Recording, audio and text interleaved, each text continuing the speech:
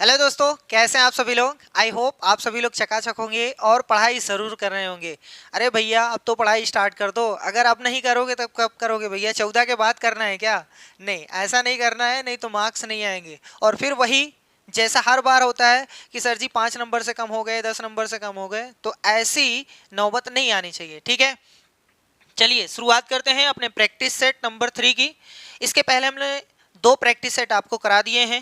अगर वो आपने नहीं देखा है तो प्लीज़ इस वीडियो के बाद उसको भी ज़रूर देख लीजिएगा, क्योंकि बहुत ज़्यादा इंपॉर्टेंट क्वेश्चन वहाँ पर भी थे। जितने भी क्वेश्चन आपके सामने आ रहे हैं, सबसे पहले आप उसका खुद आंसर देने की कोशिश कीजिए। उसके बाद जितने भी क्वेश्चंस हैं, सब देखने के बाद कमेंट ज़रूर करिएगा कि कितने क्वेश्चंस आपके सही हुए हैं। ठीक है, तो चलिए शुरुआत करते हैं क्वेश्चन नंबर 1 से। सबसे पहले क्वेश्चन नंबर 1 की धज्जियां उड़ाते हैं। क्या क्वेश्चन कह रहा है? क्वेश्चन कह रहा है कि चार चिनारी, देखो इसको चार चिनारी भी बोला जाता है, चार चिनार भी बोला जाता है। ठीक है, रूपा महल भी बोला जाता है, रूपा लेक भी बोला जाता है। तो ये चाहे जो बोलो कोई दिक्कत नहीं, लेकिन जो बुकों में ज्यादातर नोट रहता है वो है चार चिनार या चार चिनारी।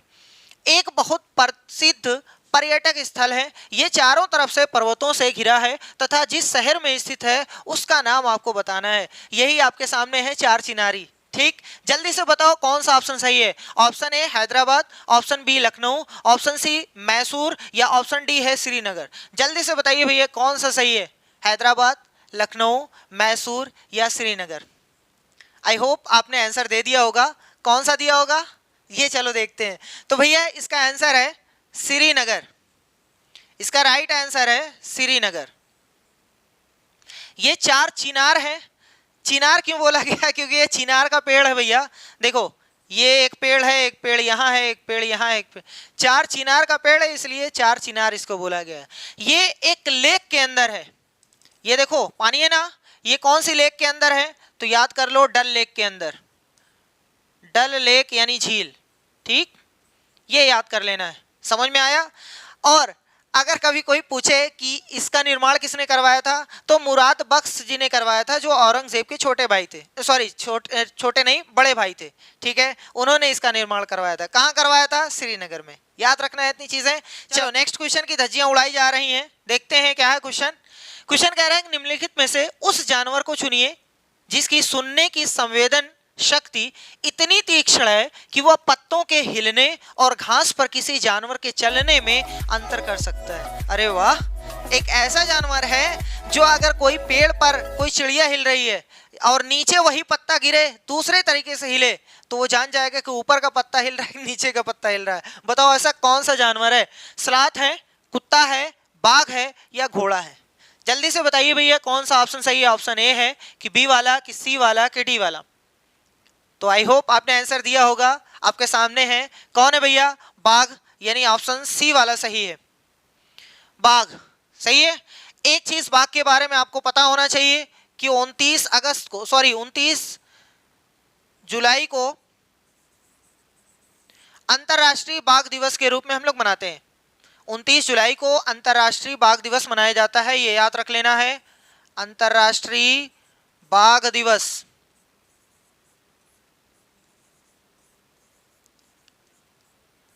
एक राज्य ऐसा है जिसको टाइगर स्टेट के नाम से जाना जाता है। बताओ कौन सा राज्य है? जल्दी से बताओ, कमेंट बॉक्स में बताइए भैया कि ऐसा कौन सा राज्य है, कौन सा स्टेट है जिसको टाइगर स्टेट के नाम से जाना जाता है। जल्दी से बताइए कौन सा स्टेट है। ठीक है, टाइगर स्टेट के नाम से जाना जाता है भैया उसको, टाइगर स्टेट। अपने आंसर दिया, कौन सा दिया भैया? मध्य प्रदेश। बहुत अच्छे, मध्य प्रदेश। तो ये भी याद रखेंगे, टाइगर स्टेट के नाम से मध्य प्रदेश को जाना जाता है। इतनी समय अगर बात करें तो टाइगर की जो संख्या है इतनी समय 2967 बताई जा रही है। इसका ये याद नहीं करना है, ठीक है, ये याद ना करिएगा। 2967, लगभग 2967 बाघ हैं।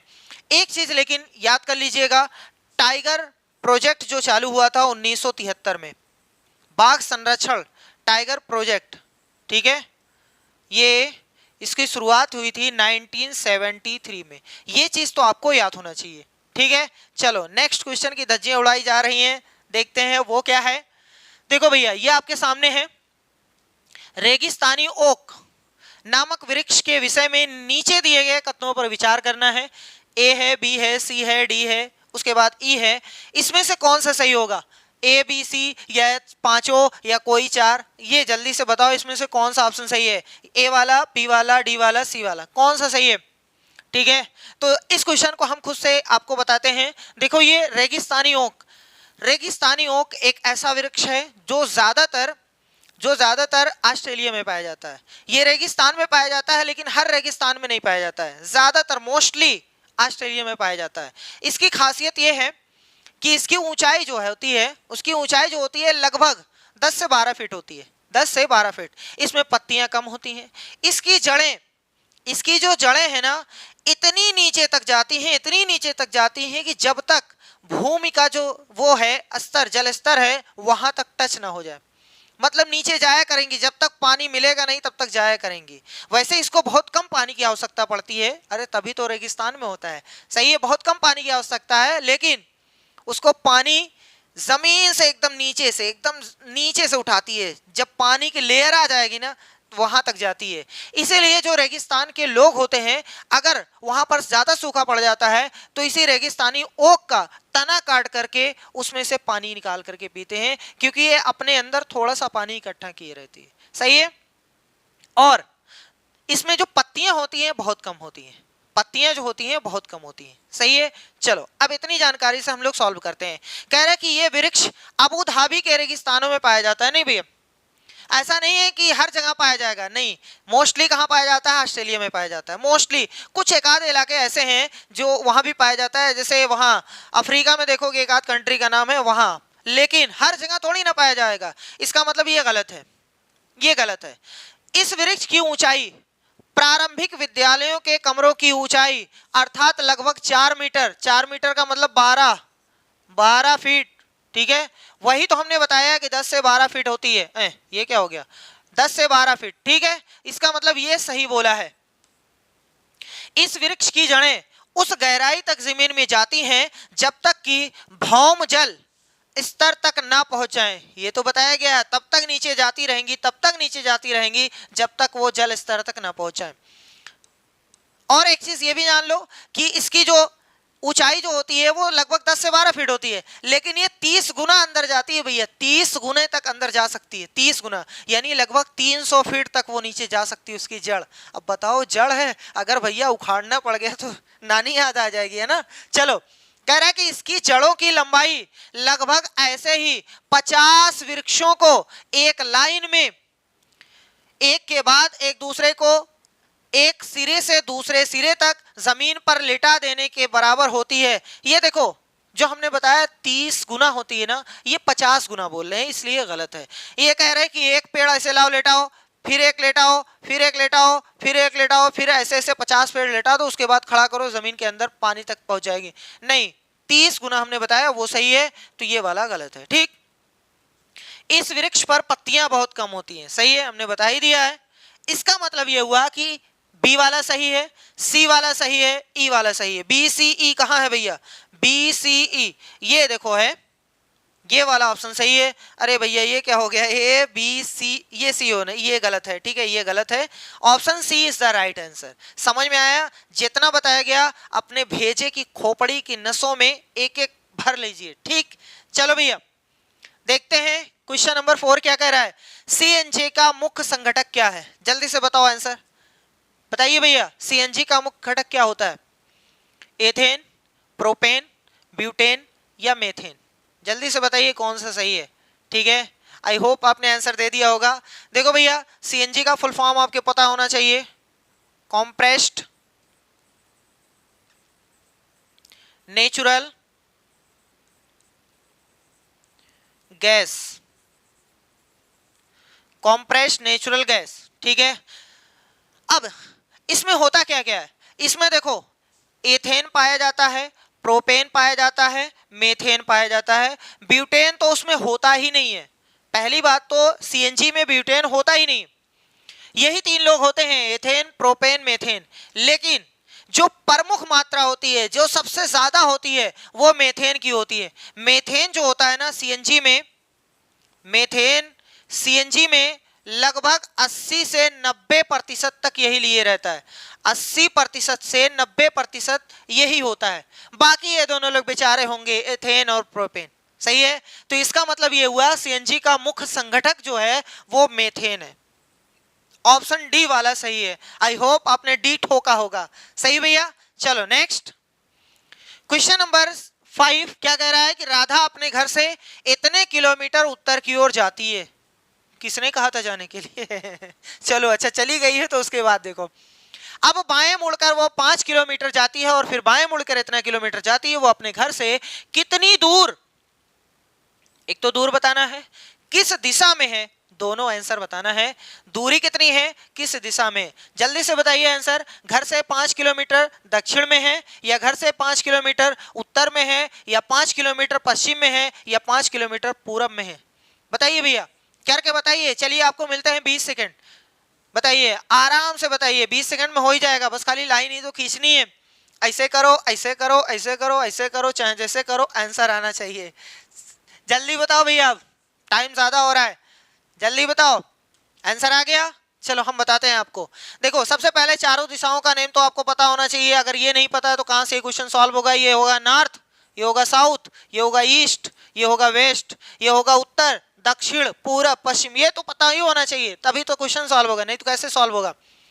चलो भाइयों देखो, राधा अपने घर से इतने किलोमीटर उत्तर की ओर जाती है। मान लो ये राधा का घर है, यहां से उत्तर की ओर टुक टुक टुक टुक चली, कितना किलोमीटर, 2.5 यानी 2.5 किलोमीटर उत्तर की ओर जाती है।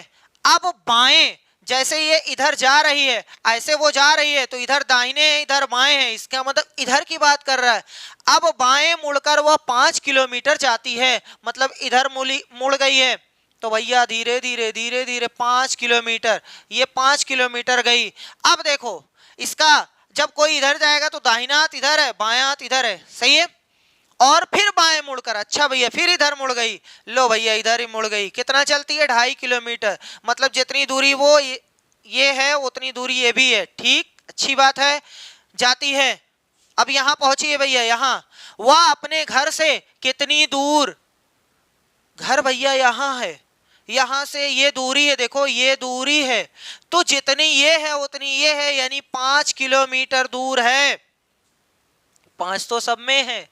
दिशा बताओ किस दिशा में है, तो घर से किस दिशा में, घर से घर से घर से घर से इधर की दिशा बताओ।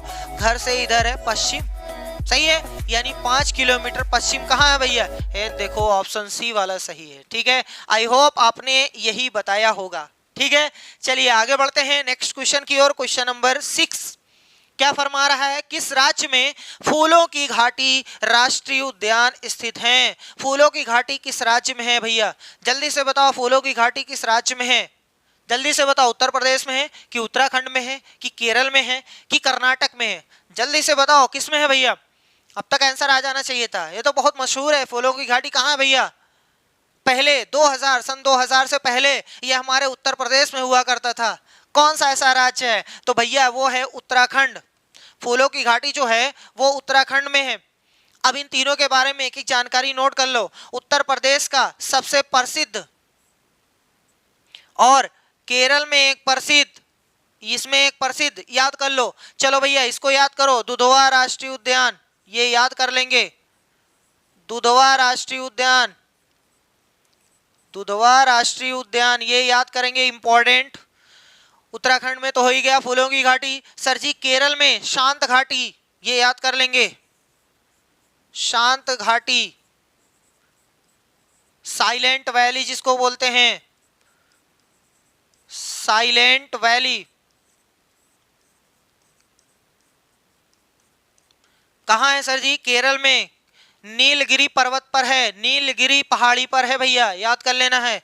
सर जी कर्नाटक में, तो कर्नाटक में बांदीपुर, ये इंपॉर्टेंट है, बांदीपुर राष्ट्रीय उद्यान, ये याद कर लीजिएगा, नहीं तो दिमाग हो जाएगा खराब पूछने वाले का, है ना भैया।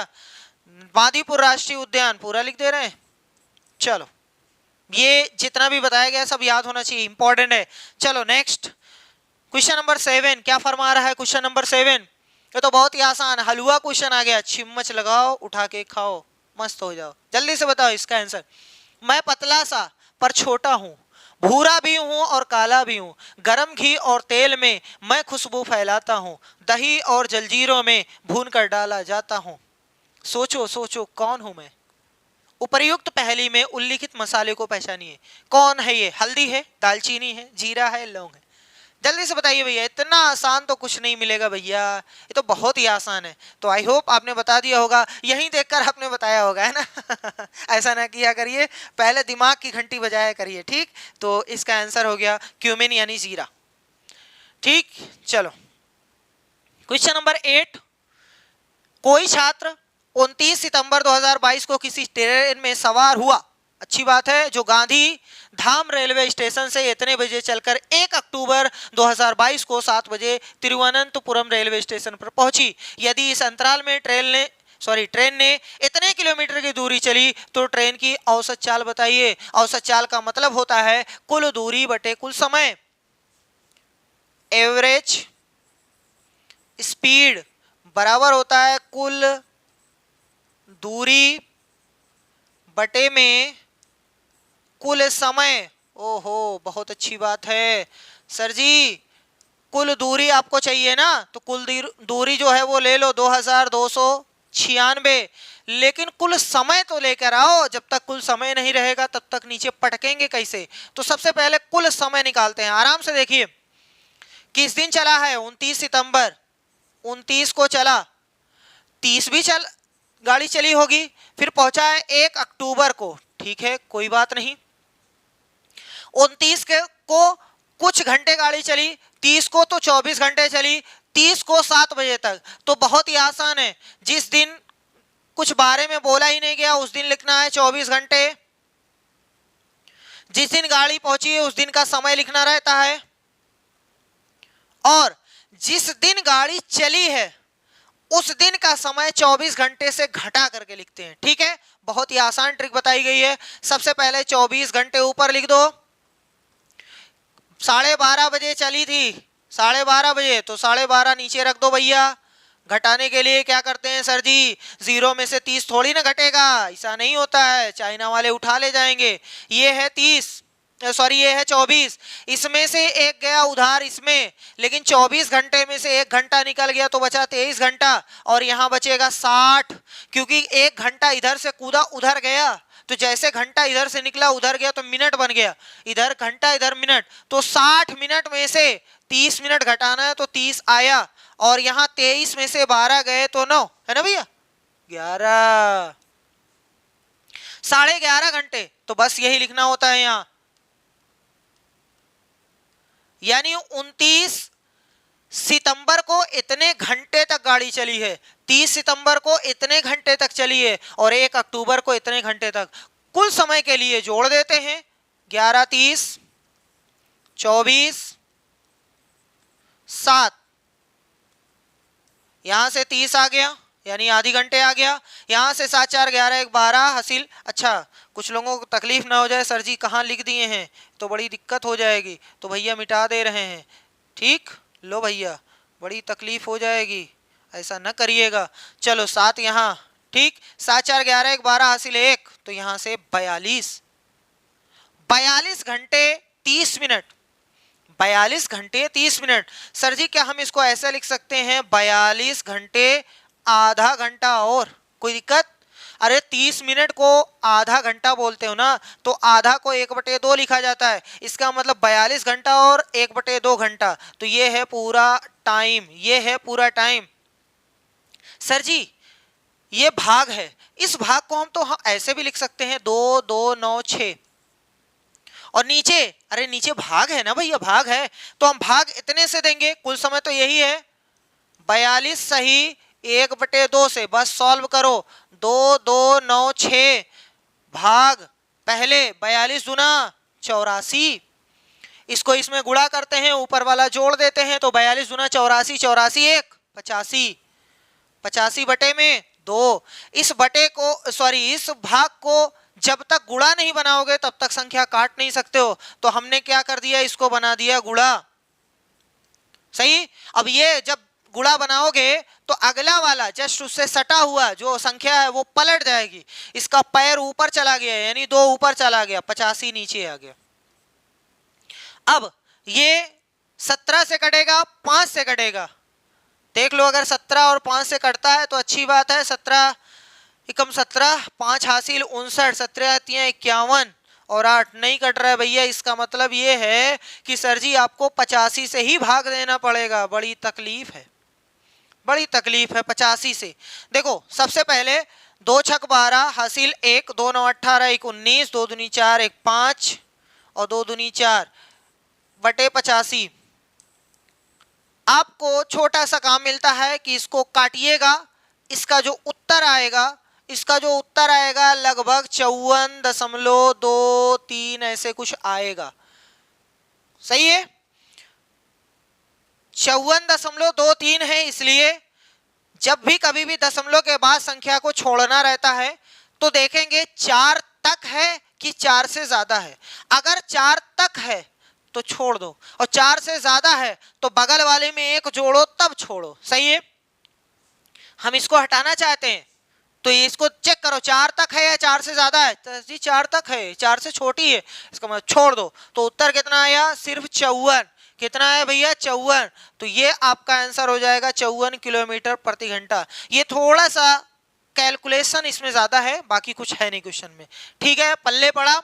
एक क्वेश्चन कंपलसरी आपसे पूछा जा रहा है तो याद कर लीजिएगा, जिस दिन की बात नहीं किया उस दिन की 24, बीच में जो भी दिन जाएगा उतना 24 घंटे। जिस दिन गाड़ी पहुंची है उस दिन का वही समय, और जिस दिन गाड़ी चली है 24 घंटे में से घटा के, ठीक। चलो अगला क्वेश्चन देखते हैं, क्वेश्चन नंबर 9।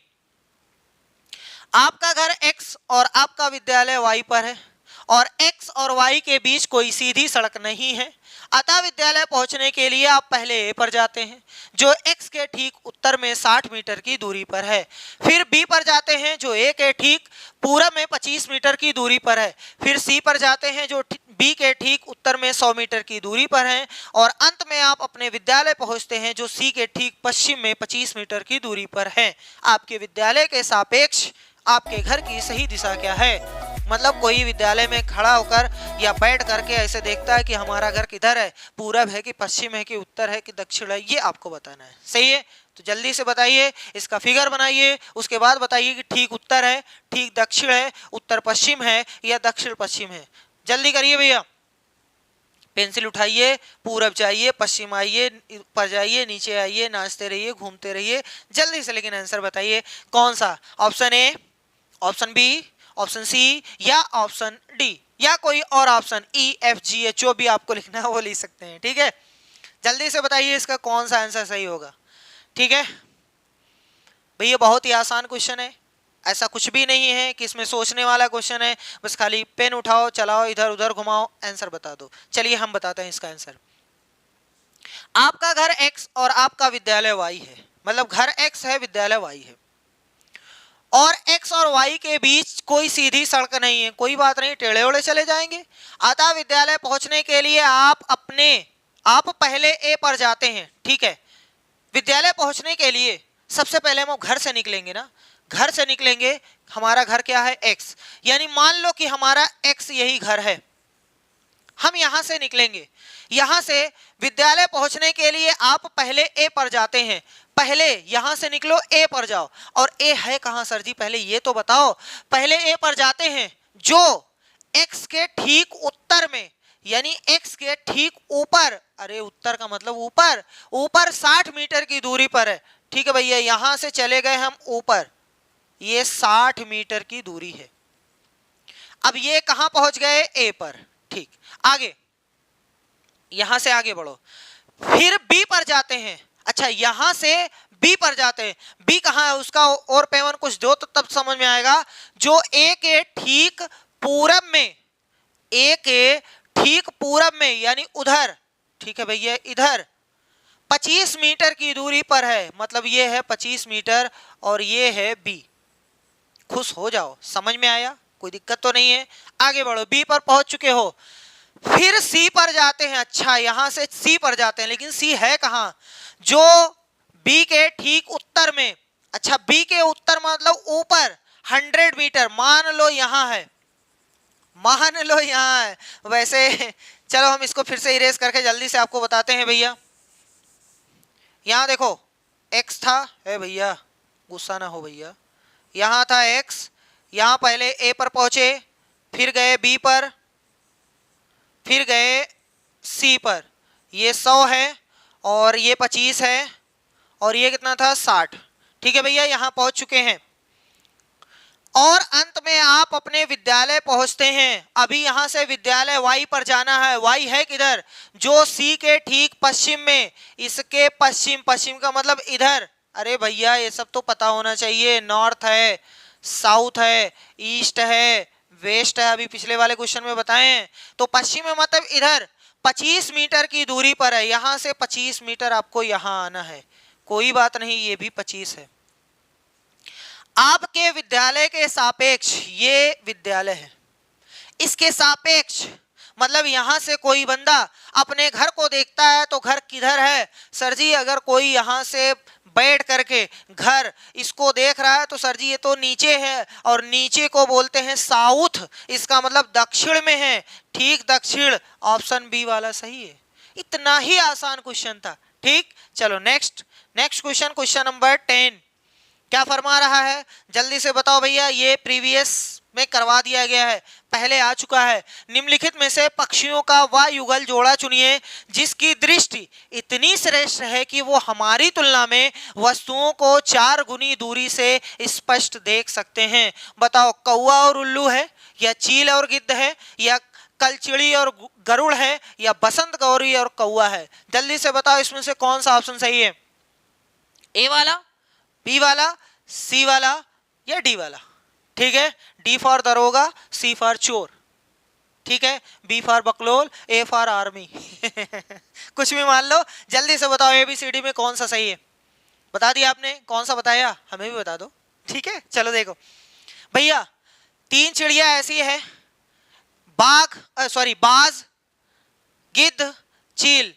बाज, गिद्ध, चील, ये 3 चिड़िया ऐसी है जितना हम दूर तक देख पाते हैं हमसे 4 गुना वो ज्यादा दूर तक देखती हैं। जैसे अगर हम यहाँ पर हैं और यहाँ मान लो कोई चीज बैठा हुआ है, हम बहुत अच्छी तरीके से देख पाते हैं, लेकिन यहाँ पहुंच गया तो नहीं देख पाते हैं। मान लो इसकी दूरी 1 किलोमीटर है तो हम तो 1 किलोमीटर देखते हैं, और ये तीनों चिड़िया ऐसी है ना जो हमसे 4 गुना यानी 4 किलोमीटर तक एकदम साफ, एकदम साफ इतनी दूर से ये देख सकते हैं, एकदम साफ।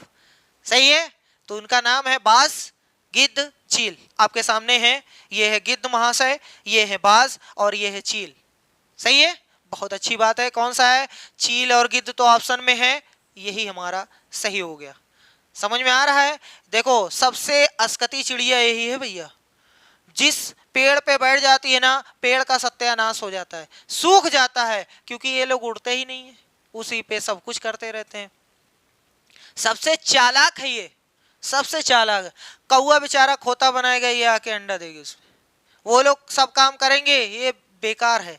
और सबसे ऊपर बनाती है, सबसे ऊपर बनाती है घोंसला, मतलब ये लोग सबसे ऊपर वाले घोंसले में रहते हैं। चलो भैया, निम्नलिखित में से मच्छरों द्वारा फैलने वाले 2 रोगों का युगल आप चुनिए, इसमें से बताओ। ये मच्छर है, काटेगा तो ब्लड निकाल लेगा भैया, देख लो खा खा के एकदम मोटा हो गया, देखो एकदम पेट भर लिया है। सही है, और लग रहा है आप ही लोगों की स्किन पे बैठा है, काटेगा नहीं, हटा ले रहे चलो जल्दी से बताओ, मलेरिया और डेंगू, हैजा और चिकनगुनिया, हैजा और मलेरिया, चिकनगुनिया और मियादी बुखार, कौन सा ऑप्शन सही है। आलू, बालू, कचालू या कुछ और डालू ठीक है, जल्दी से बताओ ए बी सी डी में कौन सा सही भैया। ऐसे 2 रोग जो मच्छर के द्वारा फैलते हैं उसमें से कौन सा सही है, ए वाला, बी वाला, सी वाला, डी वाला। सही है, कोई बात नहीं। आपने बताया होगा मलेरिया और डेंगू, एकदम सही आपने बताया है। चिकनगुनिया भी याद रख लेना, मलेरिया, डेंगू और चिकनगुनिया, चिकनगुनिया ये भी मच्छर के द्वारा फैलता है। हैजा, हैजा भैया कॉलरा जो होता है ना खराब पानी से, दूषित पानी अगर पियोगे ना तो हैजा फैलेगा। हैजा, मलेरिया वो तो उससे है। चिकनगुनिया, मियादी बुखार टाइफाइड, ये दूषित खाना खाओगे या दूषित जल का प्रयोग करोगे तो आपको मियादी बुखार हो जाएगा, टाइफाइड हो जाएगा। सही है, तो याद रख लेना मलेरिया, डेंगू और चिकनगुनिया ये इसी के द्वारा फैलता है। ये महाशय ऐसा आदमी है ना जो मलेरिया और डेंगू फैला देता है और चिकनगुनिया भी फैलाता है। मलेरिया मादा एनोफिलीज मच्छर से, डेंगू टाइगर मच्छर से फैलता है, एडीज मच्छर, ठीक है, एडीज को ही टाइगर मच्छर कहते हैं, याद रख लेना है। डेंगू किस मच्छर के काटने से, तो टाइगर मच्छर, एडीज मच्छर, और मादा एनाफिलीज मलेरिया फैलाती है। चलो भैया नेक्स्ट क्वेश्चन, क्वेश्चन नंबर 12 क्या फरमा रहा है, निम्नलिखित में से कौन सा युग्म सही है। गेहूं मूसलाजड़, मक्का मूसलाजड़, गाजर मूसलाजड़, बांस मूसलाजड़। अरे भैया ही कहा है, मूसला है, मूला नहीं है भैया, मसला ना हो जाए। चलो भैया जल्दी से बताओ, A B C D, A B C D सब लोग ठोक दिए होंगे इसी को देख करके, सर जी ने गाजर लगाया इसका मतलब गाजर सही है। हाँ सही है। ठीक है, चलो भैया इसका ऑप्शन सही है गाजर। सबसे पहले यहाँ से एक चीज याद कर लेंगे कि गाजर जो होती है वो एक प्रकार की जड़ है। गाजर जो है एक प्रकार की जड़ है। गाजर है, मूली है, शकरकंद है जिसको गंजी कहा जाता है, ये एक प्रकार की जड़ है, याद रख लेना। आलू एक प्रकार का तना है। सर जी ये जो गेहूं और मक्का है ना ये एक प्रकार के बीज हैं। और बांस क्या है, जल्दी से बताओ, बांस क्या है, जल्दी से बताओ भैया, ऑप्शन ऑप्शन नहीं देंगे, डायरेक्ट बताओ, बांस क्या है, जड़ है कि तना है या कुछ और है, जल्दी से बताओ भैया क्या है ये, जल्दी से। तो याद कर लो, बांस जो है वो एक घास है, एक प्रकार की घास है। रे भगवान, पहली बार सुनाई दिया बांस एक घास है। हाँ भैया बांस एक प्रकार की घास है, हजम करो, हजम करना पड़ेगा, यही सही है।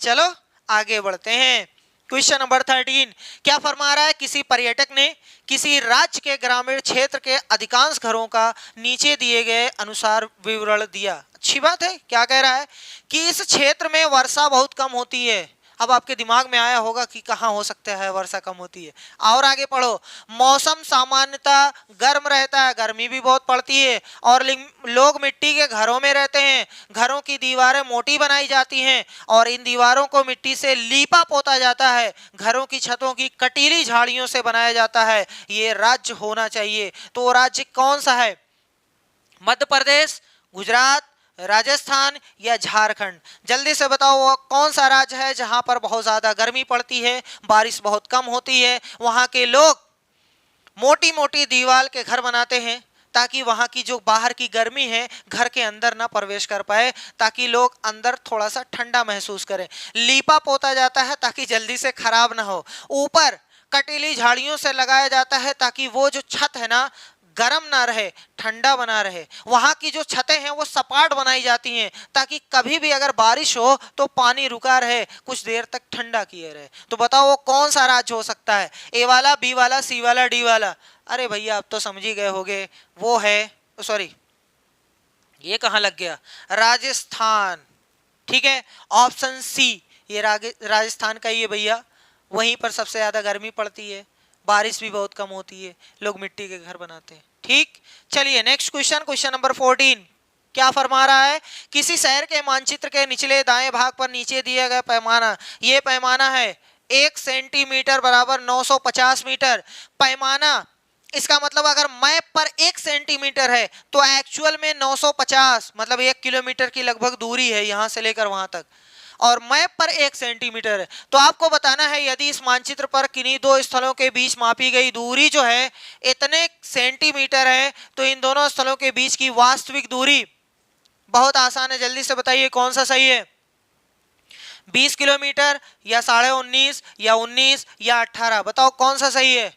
दो बार दो प्रैक्टिस सेट में दोनों क्वेश्चन करवा दिया गया, इस टाइप का एक क्वेश्चन जरूर आता है, बहुत ही आसान है भैया। हो गया, कौन सा, बी वाला, सी वाला या ए वाला या डी वाला, जल्दी से बताओ कौन सा सही है भैया, ए बी सी डी में, आलू बालू कचालू डालू में किसमें सही है। हो गया, चलो ये बताया गया था कि कभी भी अगर वास्तविक पूछे, वास्तविक तो गुणा करते हैं भैया, वास्तविक पूछे तो गुणा और मैप वाली पूछे तो भाग, बस इतना ही सिंपल सा काम है। गुणा करना है यानी 950 में कितने से, 19.2 से सर जी गुणा करना है, खत्म हो जाएगा, बल्ले बल्ले, सही है। तो चलो गुणा करते हैं भैया, 2 का 0 में 0, 2 पंजे 10, 2 9 18, 1 19, 9 का 0 में 9 पचे 45, 4 9 9 81, 4 85, यहाँ से 0 5 9 जोड़ दो, ये आ गया, यहाँ से 4 आ गया, 5 5 10, 2 12 आ गया, 8 9 17, 1 18 आ गया। सही है। अब सर जी पहले दशमलव ठोको, पहले दशमलव ठोको। अच्छा किलोमीटर में है, देखो एक दशमलव के बाद एक अंक है, एक अंक है तो एक अंक पे ठोक दो, काम खत्म। यानी हमारा उत्तर आया 18,240। ये है सर जी मीटर, मीटर, लेकिन वो तो किलोमीटर है तो 1000 से भाग देंगे, 1000 से भाग देंगे। सर जी दशमलव यहाँ था, यहाँ कूद के आ जाएगा तो 18,240। सर जी 18,240 है, दशमलव के बाद नहीं लिया गया है तो इसका मतलब छोड़ने के लिए देखा जाएगा 4 तक है कि 4 से ज्यादा है। अगर 4 तक है मार के भगाओ, और अगर 4 से ज्यादा है तो इसमें एक जोड़ा जाएगा तब छोड़ा जाएगा, लेकिन ये तो 4 तक है तो इसका मतलब फाइनल आंसर 1 8 18 किलोमीटर, यानी ऑप्शन डी वाला सही है। अगर ये वाला गुणा हमारा सही है तो ये 100% सही है। 950 में 19.2, 2 0, 2 पंजे 10, 2 9 18, 19, 9 पचे 45 हासिल 4 9 9 81, 4 85, ये भी सही है, ये भी सही है। 0 0 4 5 5 10 11 सही है। 9 8 17 18 सही तो है भैया, तो ऑप्शन डी वाला सही है, कोई दिक्कत नहीं होनी चाहिए। चलिए क्वेश्चन नंबर 15 देखते हैं। 15 क्या कह रहा है, निम्नलिखित में से किस राज्य या संघ शासित क्षेत्र के लोग सरसों के तेल में बनी पकी मछली खाना पसंद करते हैं? जल्दी से बताइए। इसका आंसर हमें लग रहा है 99% लोग गलत देंगे। जल्दी से बताइए भैया, सरसों के तेल में बनी मछली जो है वो खाना पसंद करते हैं कहाँ के लोग? कश्मीर के, गोवा के, लक्षद्वीप या पुदुचेरी? बताइए भैया कौन सा सही है? कश्मीर, गोवा, लक्षद्वीप, पुदुचेरी। हमने कहा था 99% लोग गलत देंगे। चलिए इसका आंसर है कश्मीर। गोवा में नारियल के तेल में बनाई जाती है भैया, तो इसका राइट आंसर है कश्मीर। अच्छा सरसों का तेल क्योंकि वहां बहुत ही आराम से उपलब्ध हो जाता है, इसलिए वहां के लोग सरसों के तेल में बनी हुई मछलियां खाना पसंद करते हैं। ठीक है, हजम करिए इस क्वेश्चन को। Next question, question number 16। अरे भैया आजा, कहीं गुस्सा हो रहे हो?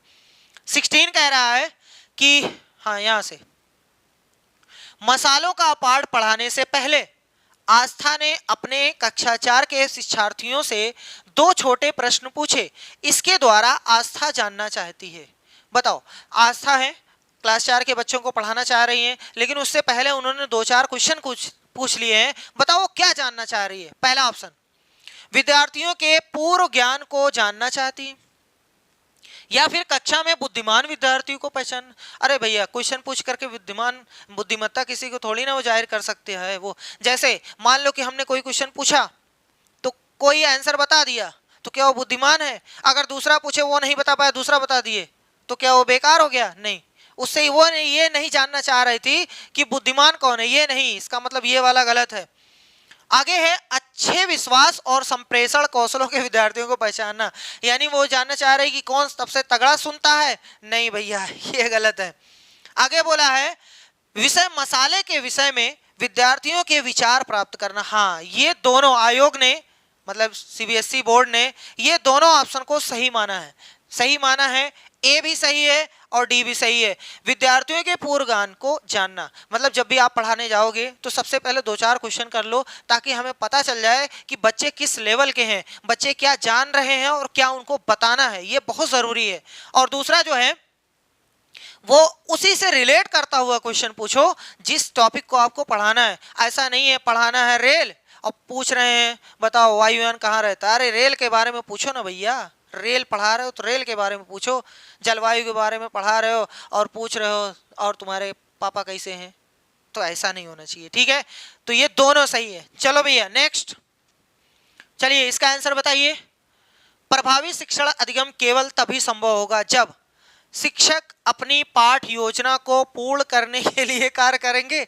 खाली कोई शिक्षक है वो अपनी पाठ योजना बनाया है और ले जाए वहां पर पढ़ा दे, बस बच्चों को समझ में आ रहा है कि नहीं समझ में आ रहा है, वो लोग कितना ग्रहण कर रहे हैं, इससे कोई फर्क नहीं पड़ता है, तो भैया ये क्या प्रभावी शिक्षण होगा? नहीं भैया ये गलत होगा। ये गलत होगा। आगे देखो, शिक्षक विद्यालय आदेश का पालन करने के लिए कार्य करे।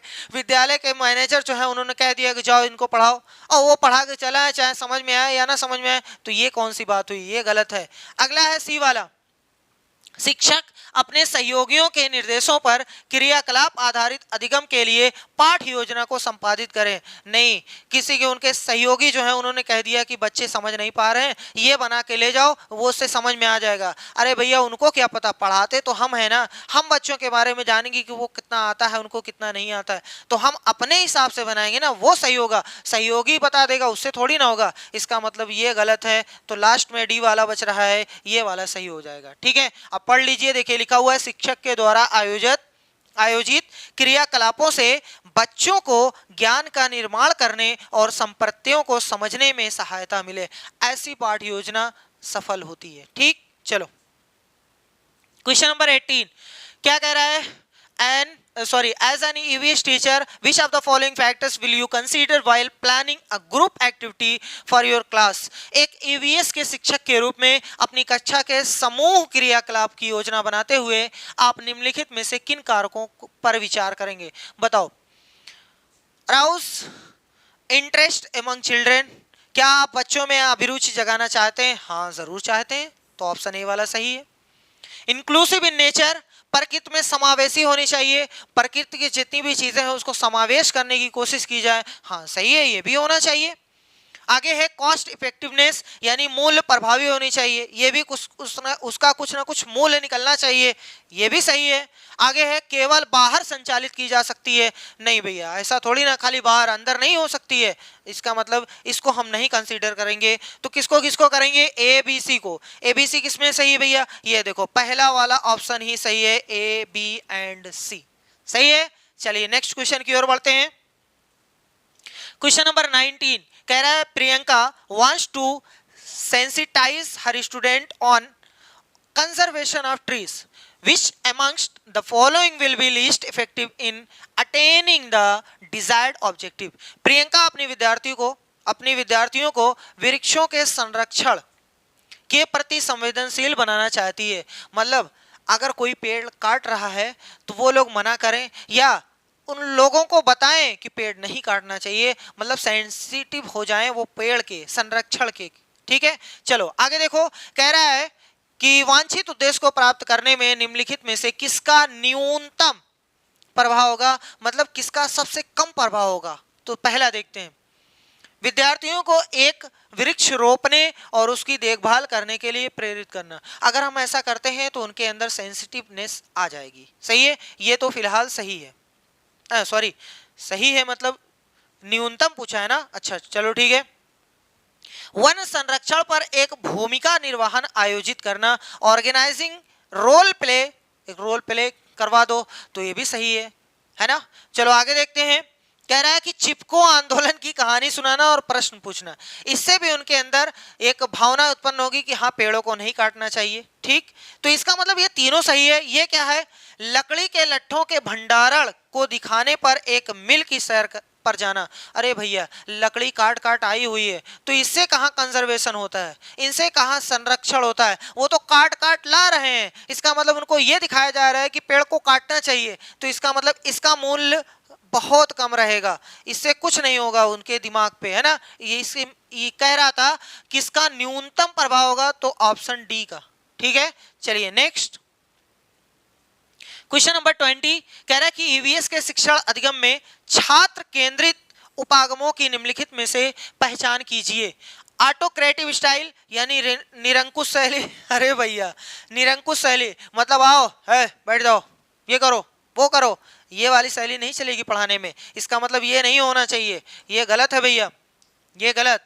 आगे है अनुज्ञात्मक शैली या परमिसिव स्टाइल, मतलब आओ अनुज्ञान खाली करो, ए भैया चलो किताब निकालो, ये वाला पढ़ के खत्म करके चले जाओ, तो ये भी नहीं चलेगा। देखो आजकल जो चल रही है ना, वो क्या चल रही है कि पहले के लोग ये मानते थे कि जो ज्ञान आप दे रहे हो वो सबसे श्रेष्ठ होना चाहिए, लेकिन अब नहीं। हमेशा हमारा छात्र, जब से साइकोलॉजी आई है ना, हमेशा हमारा छात्र बीच में होना चाहिए, वो किसी ना किसी एक्टिविटी के द्वारा सीखना चाहिए। ठीक है, उसका जो ज्ञान है किसी न किसी एक्टिविटी के द्वारा वो धारण होना चाहिए, मतलब ग्रहण करना चाहिए, तब तो सही है, नहीं तो गलत। इसका मतलब समाकलित उपागम, इंटीग्रेटेड अप्रोच, सबको मिला करके साथ लेके चलना है, तो ये सही है। और प्रक्रिया अभिमुख उपागम यानी प्रोसेस ओरिएंटेड, कोई एक्टिविटी के द्वारा सीखा है, ठीक, तो वो सही है, यानी सी वाला और डी वाला दोनों सही है। तो इसमें कौन सा है, ये देखो है ऑप्शन सी वाला, सी एंड डी। ठीक है भैया, समझ में आ रहा है, कोई दिक्कत तो नहीं है। चलो नेक्स्ट क्वेश्चन नंबर 21 कह रहा है कि ईवीएस प्रकृति की उत्तम व्याख्या की जा सकती है, उत्तम व्याख्या की जा सकती है, बताओ किससे। ये कई विषयों को समाकलित करता है, हाँ ये तो बताया ही गया है। ईवीएस में 3 विषय होते हैं, विज्ञान, सामाजिक विज्ञान, पर्यावरण, ये तीनों का समावेश है। कक्षा 3, 4, 5 में ईवीएस की बुक चलती है, जो 3 विषय एक साथ पढ़ाए जाते हैं जिनको ईवीएस बोला जाता है। तो ये कई विषयों को समाकलित करता है, ये सही है। ये बाल केंद्रित होता है, आजकल वही शिक्षा ही चल रही भैया, बच्चे को बीच में रखना है, मतलब बच्चा ही मेन है, वो सीखेगा तभी हमें फल मिलेगा, वो नहीं सीखेगा तो हमारा फल नहीं मिलेगा। आगे ये अनुभवजन्य है, यानी इट इज एक्सपीरियंशियल होना चाहिए, हाँ सही बात है, एक्सपेरिमेंट तो काम देता ही है। ये शिक्षण आधारित नहीं भैया, शिक्षण और शिक्षक दोनों बाहर में जाए, ये नहीं होना चाहिए। ए बी सी सही है, ए बी सी ऑप्शन ए वाले में सही है, ठीक है, तो इस तरीके से ये वाला सही हो गया। चलिए नेक्स्ट 2 और क्वेश्चन। क्वेश्चन नंबर 22 क्या कह रहा है कि ईवीएस के शिक्षण अधिगम प्रक्रम में कक्षा के बाहर वास्तविक जीवन के अनुभवों से कक्षा के अनुभवों को जोड़ना सर्वाधिक संकेत करता है। पढ़ाते पढ़ाते आप बाहर को कुछ जोड़ दो, बाहर का कुछ एग्जाम्पल दे करके पढ़ाते पढ़ाते उसमें जोड़ दो, तो ये क्या संकेत करता है कि आपने पाठचर्या के क्षेत्र से बाहर जाना। आप पाठचर्या कैरिकुलम जो आपका चल रहा था उससे बाहर चले गए, नहीं हम कैरिकुलम से बाहर नहीं जाएंगे, कभी भी नहीं जाएंगे, जो करिकुलम चल रहा है उसी में रहेंगे, इसका मतलब ये तो गलत है। आगे है विशिष्ट स्तर से बाहर जाना, जो ये बच्चों का लेवल है उससे बाहर हम चले जाएंगे, नहीं ये भी गलत है। आगे है पाठ्य पुस्तकों से बाहर जाना, हाँ ये सही है, जो पाठ्य पुस्तक में जितना लिखा है उससे रिलेट करता हुआ उसी चीज को हम बाहर अपने ले जाएं, ताकि उनको दिखाएं कि देखो ये पाठ्य पुस्तक में लिखा था, यही चीजें देखो यहाँ है, ठीक है। तो पाठ्य पुस्तकों से बाहर जाना, ये वाला ऑप्शन सही है। विद्यार्थियों के स्तर से बाहर जाना, नहीं भैया कक्षा 4 का विद्यार्थी 10 का सामान बताओ तो कहाँ समझ में आएगा, तो इसका मतलब ये भी गलत है, तो ऑप्शन सी वाला सही है। चलिए लास्ट क्वेश्चन कह रहे कक्षा 5 की ईवीएस पाठ्य पुस्तक के कुछ पाठों में सर्वे और लिखो, मतलब सर्वे करो और लिखो सम्मिलित किया गया है, इसका उद्देश्य क्या है ये तो बताओ। तो इसका उद्देश्य है विद्यार्थियों को खोजने एवं सीखने के अवसर देना, विद्यार्थी खुद खोजे और खुद सीखे, ये है उस पाठ का उद्देश्य, यानी सर्वे और लिखो। तो ऑप्शन ए वाला इसका सही हो जाएगा, ऑप्शन ए। तो इस तरीके से हमने 23 क्वेश्चन का सत्यानाश कर दिया है। आई होप ये वीडियो आपको पसंद आई होगी, और अगर वीडियो पसंद आती है तो वीडियो को लाइक करिए और चैनल को सब्सक्राइब करना मत भूलिएगा, ठीक है। चलिए मिलते हैं नेक्स्ट वीडियो में, तब तक के लिए